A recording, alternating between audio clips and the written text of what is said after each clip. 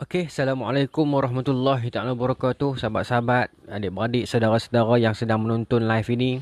Alhamdulillah pagi ini kita bersiaran live secara langsung di teratak Tok Ma di rumah saya, rumah arwah Tok. Rumah saya duduk sekarang lah dengan mak dan ayah. Jadi Syamsuri Izzuddin, salam Ustaz kami warga KKM tetap bertugas. Alhamdulillah, subhanallah hebat. Oh, subhanallah hebat tuan-tuan. Kita salut kepada tuan-tuan, pada warga KKM, Kementerian Kesihatan Malaysia. Kita sangat tabik. No? Alhamdulillah. Okay, jadi pagi ni insya-Allah saya nak membicarakan tentang COVID sikit, boleh tak tuan-tuan?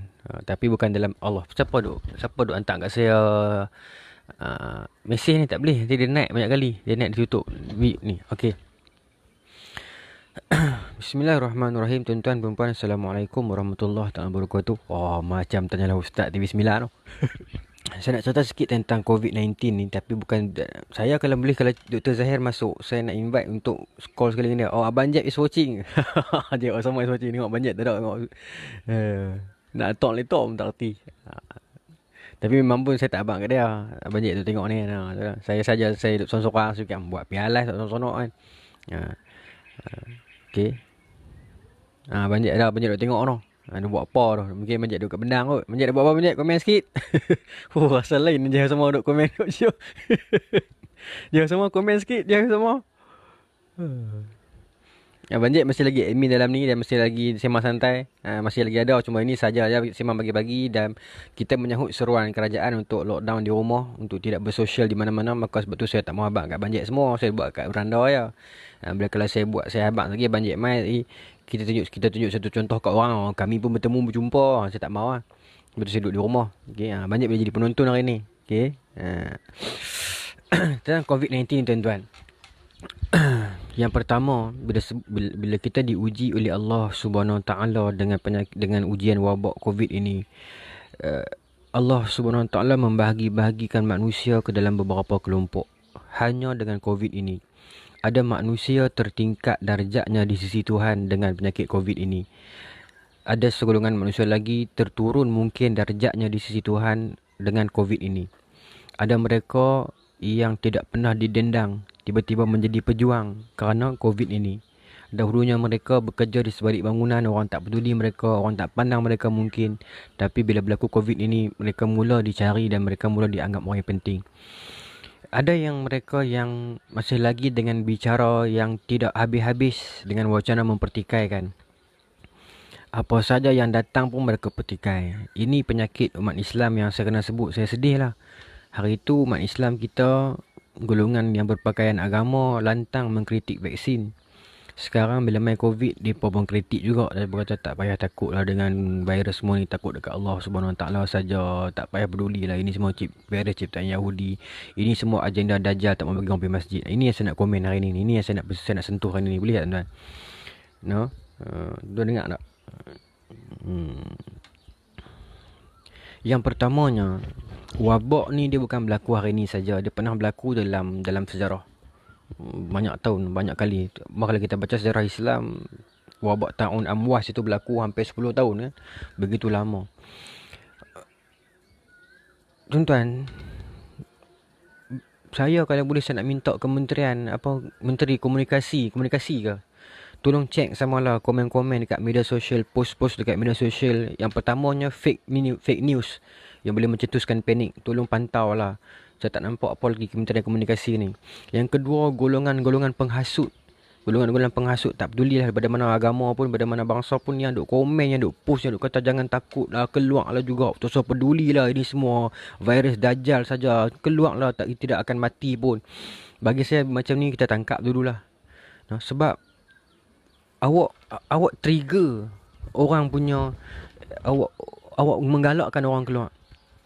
Ini bukan soal takut mati tak takut mati. Ini soal virus itu boleh menyebabkan kematian orang lain. Saya nak bagi pendekatan macam ni lah, wahai orang Islam, kita semua lah. Kita bukan yang paling pandai, tapi di sudut orang awam ni saya rasa tersentuh. Kadang-kadang kita kena hati-hati dengan kata-kata kita. Meskipun kata-kata kita itu, kita nak bagi tahu kat orang yang kita sayangkan Islam, kita sayang dan cintakan Allah, kita nak bagi tahu kat orang jangan takut virus, tapi takut Allah saja. Saya faham, bagus niat itu. Tapi sebenarnya kita tersalah faham. Ada satu makna yang halus di sebalik benda tu. Okey. Ada satu makna yang halus di sebalik benda tu. Memang kita takut kepada Allah Subhanahu Wa Taala saja. Tetapi dalam Islam kita juga kena protect diri kita. Jangan campurkan diri kita ke lembah binasa. La tulqu anfusakum kan. Ila tahlukah ke dalam lembah binasa. Jangan campur diri kamu ke lembah binasa. Kan? Saya nak bawa satu perhatian macam ni lah. Kepada orang yang semangat sangat ni, saya nak bagi tahu macam ni. Yang pertamanya, jangan kata ini semua agenda Dajjal nak bagi hampa semua tak pergi masjid. Ini adalah perbincangan dan muzakarah dan keputusan daripada Majlis Fatwa. Kesatuan Ulama Sedunia pun telah berbincang, autoriti agama di Malaysia pun telah berbincang, jabatan-jabatan mufti pun telah berbincang. Ini semua golongan-golongan agama yang telah berbincang dan memberi fatwa. Untuk masa ini, it is safe for us untuk tutup sat dulu masjid. Bukan tutup masjid pun, azan masih berkumandang. Yang berkata itu bukan tentera Dajjal. Yang berkata itu adalah majlis fatwa, ulama-ulama dunia. Takkan kita nak borong sekali semua, kan? Kita nak katuk masjid sat, kau nak katuk selama-lamanya. Bukan katuk pun. Saya nak beritahu macam ni lah. Ada satu kes dekat tempat kami ni. Ada satu orang saudara kita, dia pergi ijtimak. Dia pergi ijtimak, kemudian dia balik, dia ada virus. Kemudian dia pergi sembahyang masjid. Lepas tu bila lepas dia sembahyang masjid, tempat yang dia lalu, cebok yang dia pegang, pilih yang dia guna, laluan yang dia duduk, sejadah yang dia tunduk, semua itu ada virus itu yang boleh memberi kesan kepada orang lain pula. Itu tujuan, itu tempat dia. Dan bukan masjid saja. Ini cerita dia, kalaulah ni dengar orang yang lantang ni.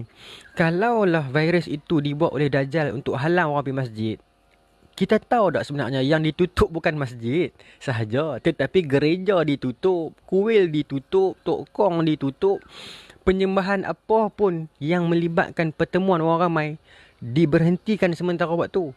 Takkan Dajjal nak suruh tutup gereja? Kalau betul lah Dajjal yang buat, ya Dajjal yang usaha nak bagi orang Islam. Virus ni bukan kena kat orang Islam saja. Yang mati bukan Islam lagi ramai di China tu, di Itali tu.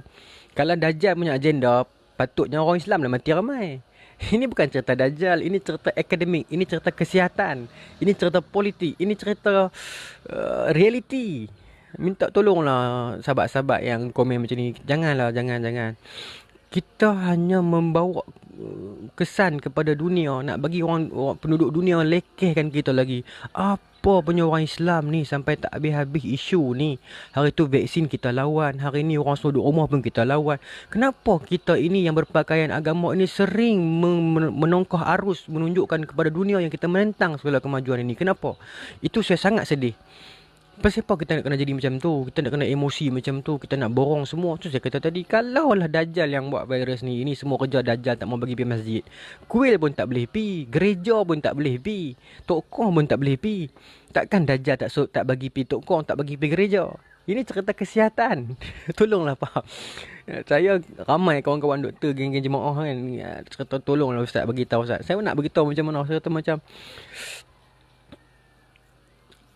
sedih. Kenapa kita nak kena tunjuk kat dunia yang orang Islam kita ini menolak segala kemajuan, segala progres, segala usaha untuk membasmi kuman dan sebagainya. Ingat tak dulu saya kata vaksin ni satu isu dah. Kita tunjuk kat dunia yang kita ni lantang melawan. Pasal apa? Tak tahu. Padahal itu nak curb pada penyakit. Kali ni kes yang kedua pasal untuk suruh duduk di rumah ni, duduk sat je. Dan bukan orang Islam saja kena benda ni. Orang Kristian kena, orang Buddha kena, orang Hindu kena. Di saat mereka tidak bising, kita pergi bising. Seolah-olah kita menunjukkan dekat dunia yang kita tak faham realiti dunia tu. Yang tu yang saya cukup sedih. Dan kalau awak nak berpegang juga dengan pendapat awak, tak apalah. Simpan sorang-sorang dalam hati. Jangan anjurkan orang. Jangan anjurkan orang keluar. Jangan bagi tahu keluarlah. Kita tak peduli, tak apa. Hanya Allah Ta'ala saja boleh membinasakan. Betul, di sudut tauhidnya betul. Tetapi kita juga disuruh berikhtiar. Saya faham konsep takdir. Tetapi dalam bab ini, takdir, Sayyidina Umar ajak kita. Ada sirah kan. Ketika mana Sayyidina Umar nak masuk ke negeri Syam. Hampir menang dah tentera Islam masa tu. Tiba-tiba dengar cerita ada wabak ketika itu di negeri Syam. Maka Sayyidina Umar membatalkan hasrat untuk masuk. Sedangkan nak menang dah. Maka para sahabat tanya. Atunafiru min qadrillah. Nak lari ke wahai Amirul Mukminin? Awak nak lari daripada takdir Allah ke? Maknanya kata-kata macam ni dah ada dah dulu. Okey. Kata-kata macam ni dah ada dah dulu. Tapi apa jawapan Sayyidina Umar kepada kita? Nafiru min qadrillah ila qadrillah. Kita keluar daripada satu takdir Allah dan kita masuk kepada takdir Allah yang lain. Kok mana pun takdir Allah juga. Kalau kita ditakdirkan sakit, kita akan sakit dengan virus itu. Kalau kita ditakdirkan sembuh dan sihat, kita sihat dengan takdir Allah itu. Semua yang kita masuk pun adalah takdir Allah juga. Ya, semua laluan yang kita masuk pun takdir Allah juga. Jangan kita bermain sentimen ini di sudut ini.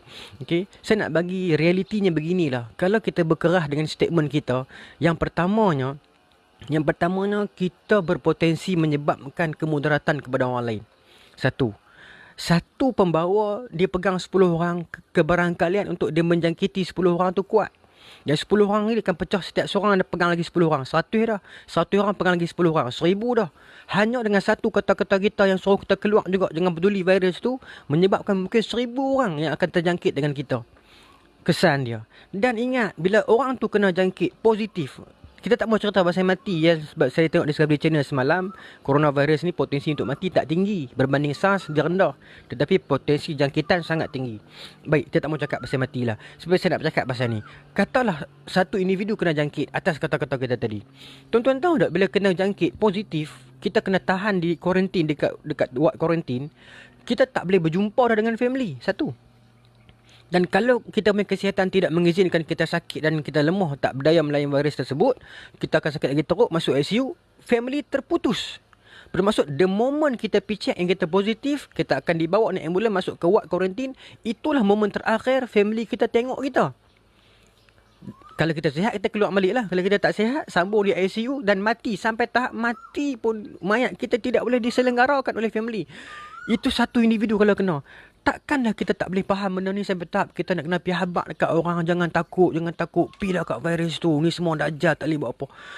Kesannya orang nak tanggung itu. The moment awak kena positif, itu saja. That's it. Family awak tak boleh jumpa awak dah. Kalau awak sihat balik lepas ni, okey, boleh jumpa. Kalau awak tak sihat, sampai awak dalam kubur pun, sampai awak mati pun, mayat awak tak disentuh oleh family. Sampai tahap tu kalau kita nak. Dengan kata-kata kita ini, minta, jangan kita Allahu Akbar. You know? Satu lah. Yang kedua golongan ni yang kata Dajjal ni.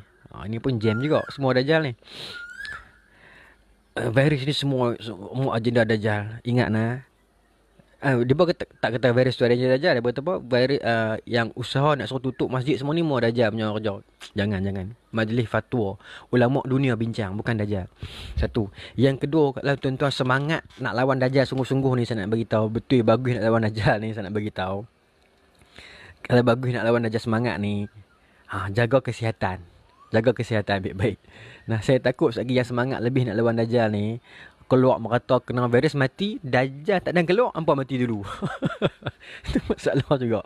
Sembang pombang, aku tak peduli lah ni semua Dajjal lah, aku nak lawan lah. Keluar kena virus positif, tak tahan, masuk ICU mati. Dajjal tak ada keluar lagi, mati dulu dah. Mati seorang tak apa, dia pergi jangkit orang lain pula masalah dia. Cerita dia tuan-tuan, virus ini kalau tak jangkit orang, seorang kena seorang mati. Nak cakap besar, cakap lah. Tapi isu dah kena orang. Tuan-tuan tu, bukan tuan-tuan lah, saya nak cerita kat orang yang cakap besar. Kalau awak seorang kena tidak ada masalah. Ini family awak, anak isteri awak, suami awak, anak-anak awak. Tolonglah. Ini bukan cerita takut mati. Ini cerita takut kematian ramai umat Islam. Kalau mati ramai tuan-tuan, yes, takdir Allah. Pasti takdir Allah. Tapi di sudut realitinya, kalaulah kita duk kempen jangan takut, lawan je, redah je virus ni, jangan peduli. Kalau dia takdirkan mati ramai kerana virus ini, yang mati ramai itu umat Islam kerana kempen orang Islam sendiri yang kata jangan takut. Maka bukankah yang mati ramai itu umat Rasulullah SAW yang kita kata nak lawan Dajjal tu? Dajjal tak keluar lagi, kita pakat mati ramai-ramai dah. Bukan kes Dajjal, kes virus ya. Takkan kita nak macam tu. Kalau betul yang semangat nak lawan Dajjal ni, jaga kesihatan. Duduklah rumah elok-elok. Ikut arahan restricted movement. Duduklah rumah baca kafi. Hafal kafi. Hafal tak lagi kafi. 10 ayat awal, 10 ayat alas. Kafi tak payah habis nak sembang darah lawan Dajjal. Ni 14 hari duduklah rumah, hafal kafi. Lepas tu baru sembang nak lawan Dajjal. Bukan main sembang, bergegak kadang-kadang sakit hati juga. Marah pun ada, sedih pun ada kan. Tak boleh lah, kawan kita ramai. Saya tahu tuan-tuan pun ramai. Mungkin doktor menonton ni. Dia pun cerita kan, tolonglah Ustaz cakap sesuatu. Ustaz, tak. Bila kita bawa sakit itu, kita bukan menyusahkan diri kita seorang. Kita menyusahkan semua. Itu agama tak bagi menyusahkan orang. Banyak lagi tempat lain dan ruang yang lain doktor nak guna untuk menyembuhkan pesakit lain yang lebih teruk, yang prioriti lebih besar. Tapi tak boleh sebab nak bagi masa untuk kita. Hanya dengan sikap kita yang begitu menyebabkan banyak pesakit lain ternafi. Mak saya ada rawatan kemarin untuk dia punya tangan. Tak boleh pergi. Sebab sekarang ini tengah duk kalut, fokus on penyakit yang lain. Dan nak pergi pun takut sebab takut kena jangkitan kat hospital dan sebagainya. Tak boleh pergi. Ramai pesakit-pesakit lain yang terjejas akibat sikap kita ini. Takkan kita tak nampak benda tu. Doktor tak boleh balik jumpa anak isteri dia, berkuarantin. Para polis-polis, abang-abang polis yang saya tengok di Facebook kemarin sampai buka kemah kat luar rumah. Tak boleh nak bersama dengan family. Hanya dengan sikap kita itu. Satu sikap yang ignorance, yang tak peduli arahan. Yang itu satulah. Yang kedua ni, yang pihasut pula. Ini yang saya lagi sakit hati. Yang pihasut pula. Jangan takut, jangan takut. Hampa nak apa ni? Aku geram sungguh. Sebab tu saya kata, Suruhanjaya Komunikasi. Mana Menteri Komunikasi tak tahu siapa dia. Kena pantau lah post-post yang macam tu, video-video yang macam tu. Tangkap lah bagi saya buat masa ni. Pasal ini hasutan. Ini hasutan. Satu lagi komen-komen yang suka merendahkan staff KKM. Saya baca 5-6 komen. Ada satu nurse dia post pasal letih kan. Ada orang komen kata, alah letih apa dapat gaji kot.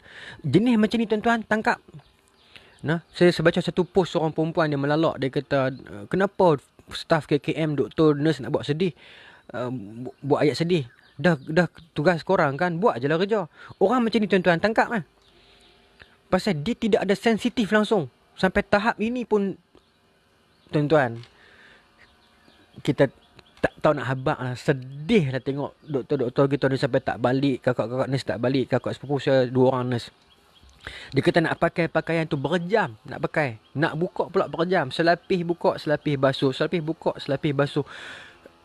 Ini yang mereka lalui ni. Kalau yang tukang bercakap pandai, para orang agama yang cakap pandai ni, hampa kalau hampa kerja di hospital, hampa kena menanggung benda tu, lain cerita. Hampa tak ada kena duduk cakap depan mikrofon, bang bagi dia. Yang nak tanggung doktor, yang nak tanggung nurse, yang nak tanggung polis, askar. Why kita jadi orang yang tidak bertanggungjawab macam tu? Kenapa kita nak tunjuk kat dunia yang orang Islam kita ini kena jadi orang yang tak bertanggungjawab macam tu? Pasal apa? Kita pula nak kena kata ni Dajjal yang buat tak mau bagi orang, tak mau bagi kita pergi semayang. Cerita apa ni? Bukan masjid saja tak boleh pergi, gereja pun tak boleh pergi, kuil pun tak boleh pergi, tokong pun tak boleh pergi. Kalau Dajjal sungguh, dia akan buat masjid saja tak boleh pergi. Ini tidak. Semua perhimpunan ibadat, apa saja agama tak boleh. Bukan sebab semayang tu, sebab dia berhimpun, dia ada kontak.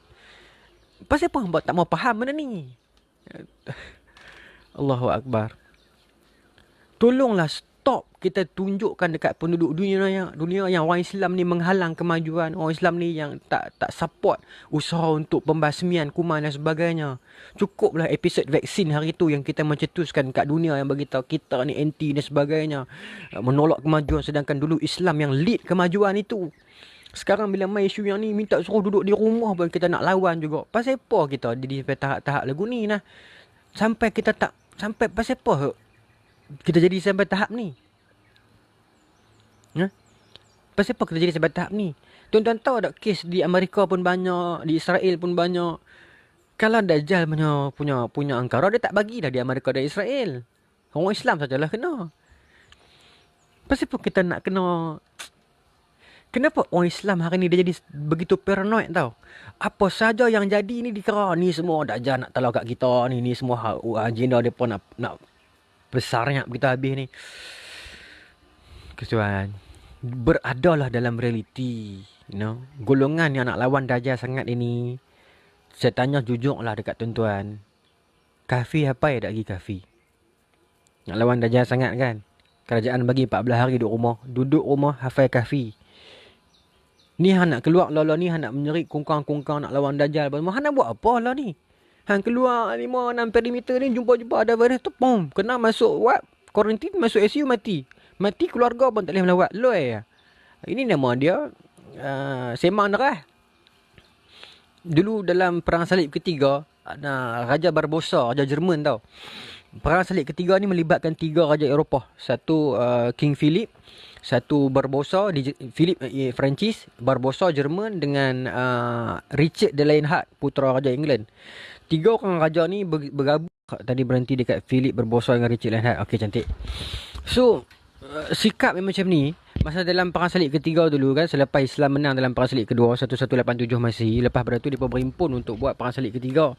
Maka raja-raja Eropah ni, Raja England, Raja Perancis, Raja Jerman ni duduklah, bergabunglah buat mufakat ni, kita nak pergi lawan dengan Salahuddin Al-Ayyubi, nak lawan Islam. Maka bermusyaratlah mereka ni di Eropah ni macam mana nak lawan ni, nak bergabung macam mana alliance kita ni kan, England, Perancis dengan Jerman. Maka Richard de Lionheart, Raja Philip ada dia punya perbincangan dia, ada dia punya planning dia. Tetapi ketika itu Raja Jerman, Barbarossa ni, dia rasa macam, you are less Christian than me. You doesn't love Jesus much than me. Macam tu lah. Dia rasa macam orang lain tak cukup Kristian lebih pada dia. Dia rasa macam dia lah pejuang Kristian sebenar. Richard ni penakut, lambat, Philip ni pengecut, slow lah. Ni Barbarossa ni pejuang sebenar Kristian ni. Mai aku nak pergi serang Salahuddin, apa ni, lambat, pengecut sangat. Dia pergi seorang-seorang, tuan-tuan. Bukanlah dia pergi seorang-seorang, dia pergi dengan batalion Jerman dia lah. Tanpa tunggu dengan alliance dia dulu. Diceritakan dalam kitab sejarah orang putih dan barat dan Islam dan Melayu dan Arab pun, Raja Barbarossa mati di sungai yang takat betih. Raja Barbarossa sampai di situ kawasan sungai itu, tentera dia berhenti, takut nak cross. Maka dia kata kat tentera dia, kenapa tak mau cross? Tentera takut sungai kan, sejuk masa tu. Maka dia kata, ini bukan pejuang agama betul-betul, ini pejuang ni semua agenda Dajjal. Macam tu lebih kurang kan, suruh kita lah ni lah.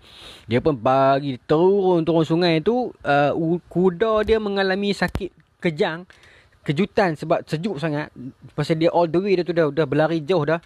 Panas, benda dia sejuk, tiba-tiba dengan aliran yang kuat, kejang, jatuh mati dan dia lemah di situ dan dia mati. Barbarossa mati lemah di sungai yang takat betih. Dia mati dengan keangkuhan dan kesombongan dia. Dia mati dengan semangat juang yang sia-sia dia. Ini Barbarossa. Adakah kita nak jadi orang Islam yang macam tu?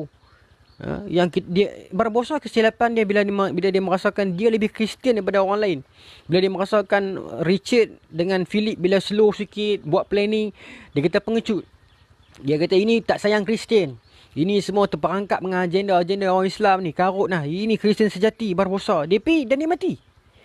Belum sempat dia masuk ke medan perang salib, dia telah mati dulu. Dan dia mati di sungai yang cetek. Adakah kita hari ini dalam musim coronavirus ini, kita nak mengulang semula watak Barbarossa? Bila kita merasakan orang-orang yang duduk dalam rumah itu pengecut, orang-orang yang suruh tak payah pergi sembahyang jemaah itu agenda Dajjal, jangan peduli dengan virus, hanya Allah Ta'ala berkuasa. Betul, Allah Ta'ala berkuasa, siapa pun tak nafi. Kerana Allah Ta'ala berkuasa lah, Allah Ta'ala boleh buat virus itu boleh menguasai kita. Ya? Kita pun faham, orang lain pun faham, para mufti semua tahu benda ni. Jangan kita merasakan orang lain kurang Islam berbanding kita.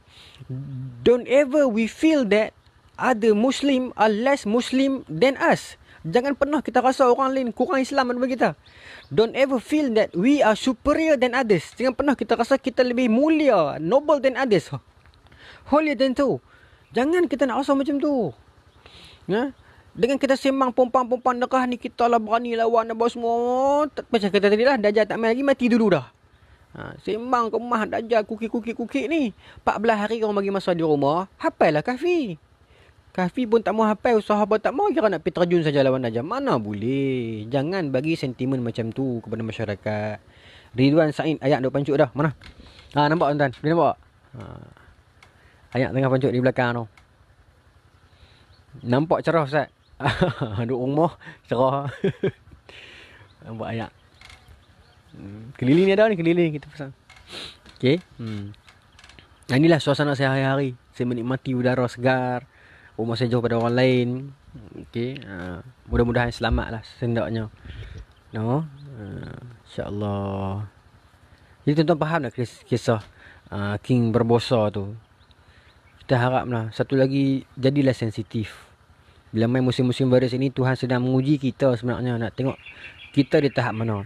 Nak tengok kuat tak kuat bonding sesama kita orang Islam adalah ketika mana kita diuji oleh musibah. Kita dapat tengok dalam peristiwa coronavirus ini, berapa ramai orang berbondong-bondong ke supermarket dan beli pada luar kebiasaan. Saya bila saya kenang yang tu, saya teringat macam mana lah orang yang tak dapat gaji lagi kan. Dia tak boleh beli lagi. Orang yang ada duit dia boleh beli siap-siap. Kadang-kadang dia beli tu bukan atas kadar dia perlu pun, tapi beli siap-siap. Tapi nak salahkan orang pun tak boleh juga. Kerajaan tak bagi clear statement. Kerajaan cuma kata makanan selamat, makanan terjamin ada. Tapi so far realitinya nampak macam takut. Transport tak jalan tu orang pergi beli. Tapi orang pun beli. Tak tahulah tuan-tuan, abang takut politik ni. Tapi di situlah kita diuji. Teringat sirah para sahabat di medan jihad ketika mana diceritakan oleh para mujahidah kan. Bila terdengar satu suara seorang sahabat menjerit nak meninggal dunia, nak ayak al-ma', panggil anak ayak kan. Maka mujahidah perempuan ni pilah nak suap ayak. Tiba-tiba dengar seorang lagi sahabat menjerit di satu sudut yang lain, nak ayak. Maka sahabat yang tadi ni kata, no, bagi kat orang lain, bagi kat sahabat sana dulu, aku okey. Dia pergi kat sahabat kedua. Bila pergi kat sahabat kedua nak suap ayak dah. Sahabat kedua tiba-tiba dengar sahabat seorang lagi yang ketiga bunyi kat tempat lain pula. Sakit, nak ayak. Maka sahabat yang kedua ni kata, jangan bagi kat aku, bagi kat sana dulu. Dia pun pergi yang ketiga pula. Dia lari pergi sampai ketiga, nak bagi yang ketiga tu telah meninggal dunia. Syahid. Dia patah balik kepada sahabat yang kedua, pun telah syahid. Dia patah balik kepada sahabat yang tiga, pun telah syahid. Ini semangat itulah ruhama ubainahum, yang kita mungkin tak tahulah hari ni kita kena belajar dari situlah, no. Pak Long, kawasan ustaz okey lagi tak pasal Covid? Hari ni dia cuci masjid hari ni, no. Bila diuji dengan depan mata macam ni, baru kita rasakan, ya Allah, senangnya nak berjangkit, no. Tuan-tuan, dengan Covid ini, apa hikmah yang baik dah saya nak bagi tahu. Hikmah yang baik Allah Taala nak tunjuk dekat Covid ini, yang pertamanya Allah Taala nak bagi, yang pertama nak bagi kita duduk rumah lah dengan keluarga. Orang yang tidak pernah ada masa dengan keluarga, kali ini dia ada 14 hari dengan keluarga. Banyak masa dia dapat luangkan, dan lebih banyak ibadat sunat dapat dibuat di rumah. Duha, syuruk, isra' dan sebagainya, banyak dia boleh buat di rumah. Dia boleh mak suratnya, dia boleh hafal kahfinya, dia boleh baca hadis dengan familynya, jemaah di rumahnya, banyak dia boleh buat.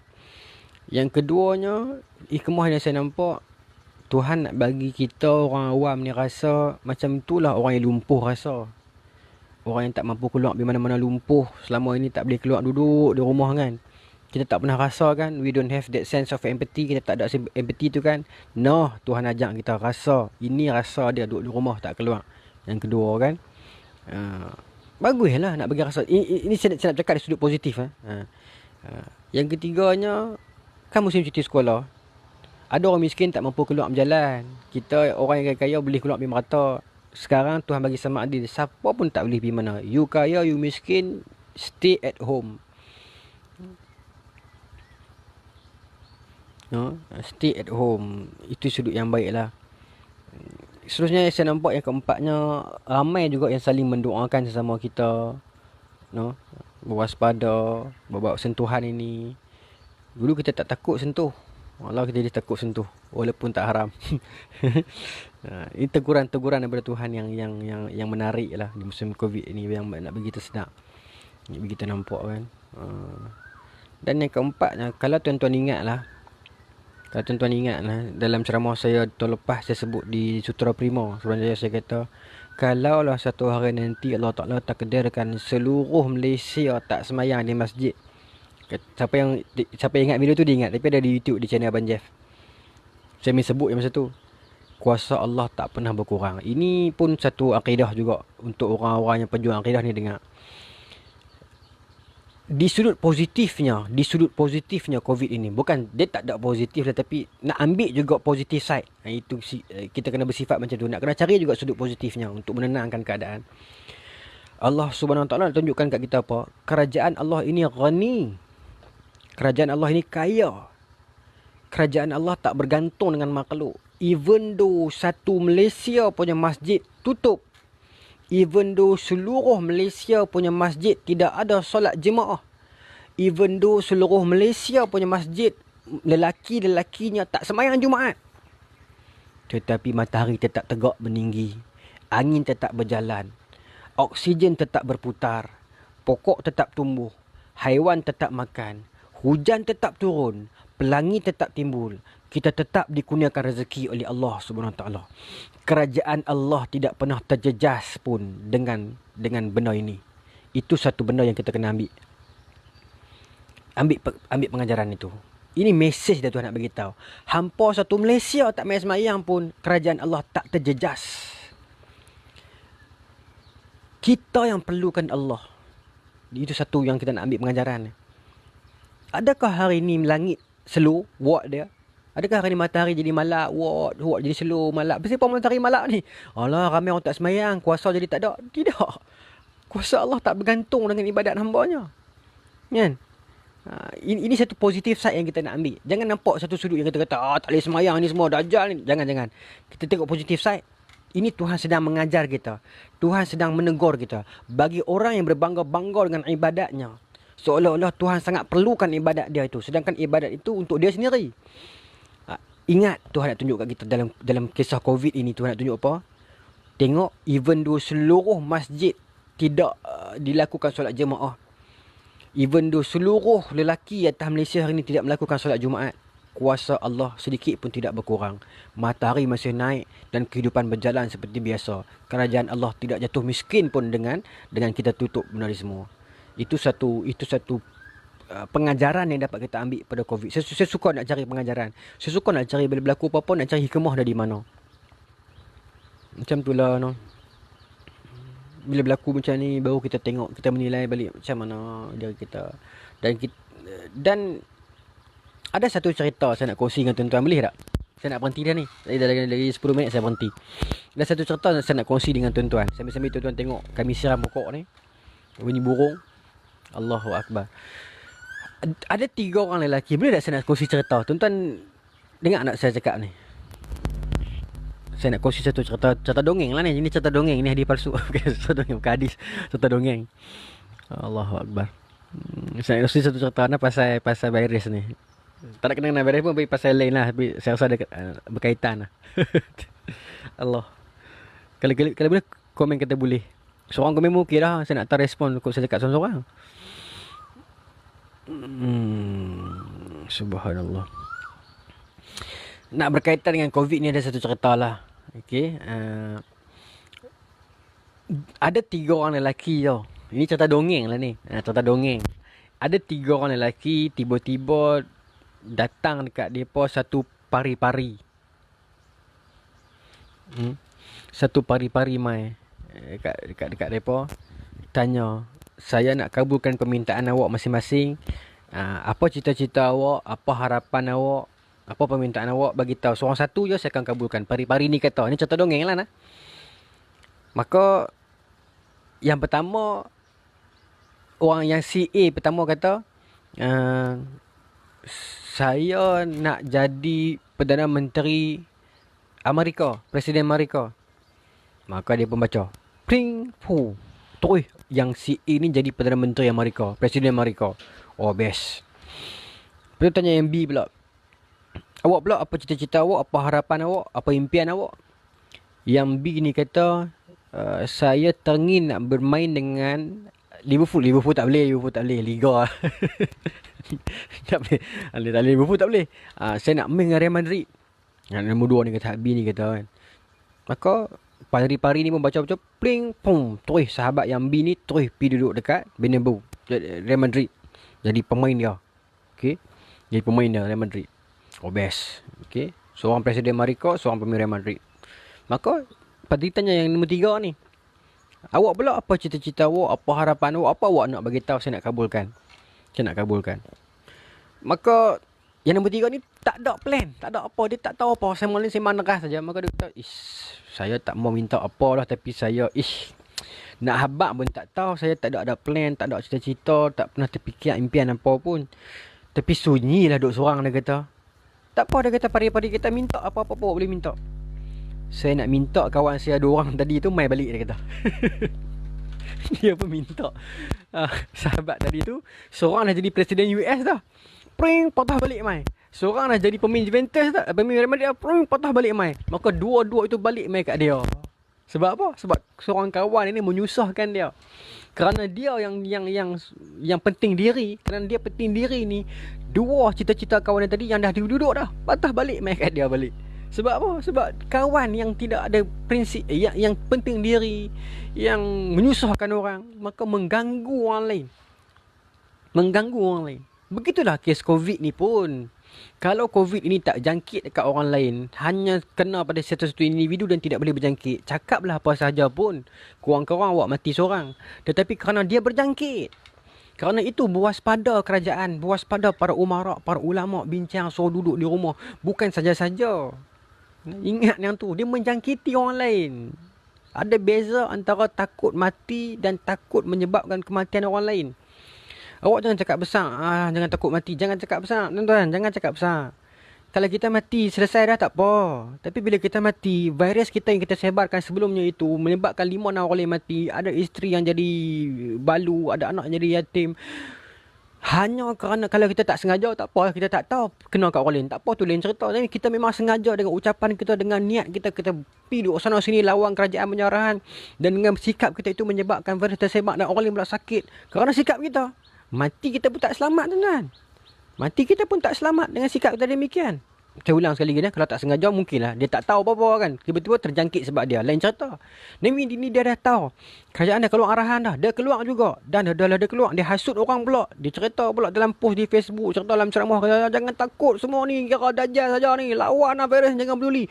Jangkit orang lain. Mati orang lain kerana kita. Kerana kita tak bertanggungjawab macam kita.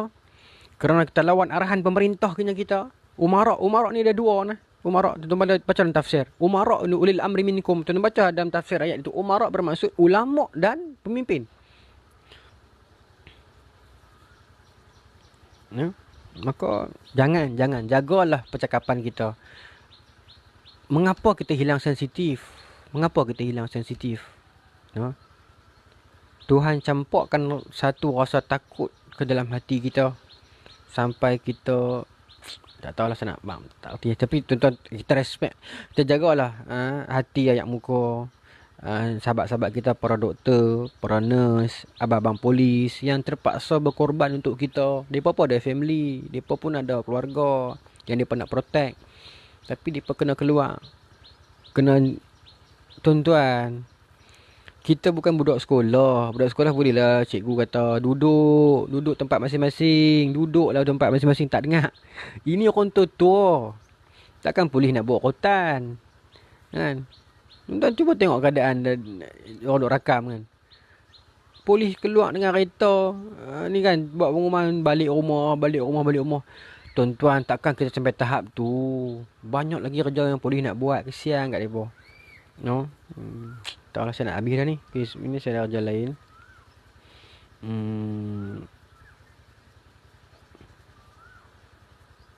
No, jadi saya harap macam tu lah. Tadi kita ada live 2 kali no. Bagi yang baru masuk ni. Tadi ada first live dah. Kemudian terhenti sebab line. Kemudian saya buat live yang baru. Dia 2 kali live. Yang pertama tadi tu banyak kita kongsi tentang kisah Saidina Umar, tentang takdir dan tentang pejuang-pejuang melawan Dajjal ni. InsyaAllah kalau ada masa saya akan buat live lagi. Ni sebelum saya habis, saya nak angkat kamera. Saya nak tunjuk kat tuan-tuan pemandangan sekitar kebun, insyaAllah. Wallahu ta'ala alam. Assalamualaikum warahmatullahi wabarakatuh.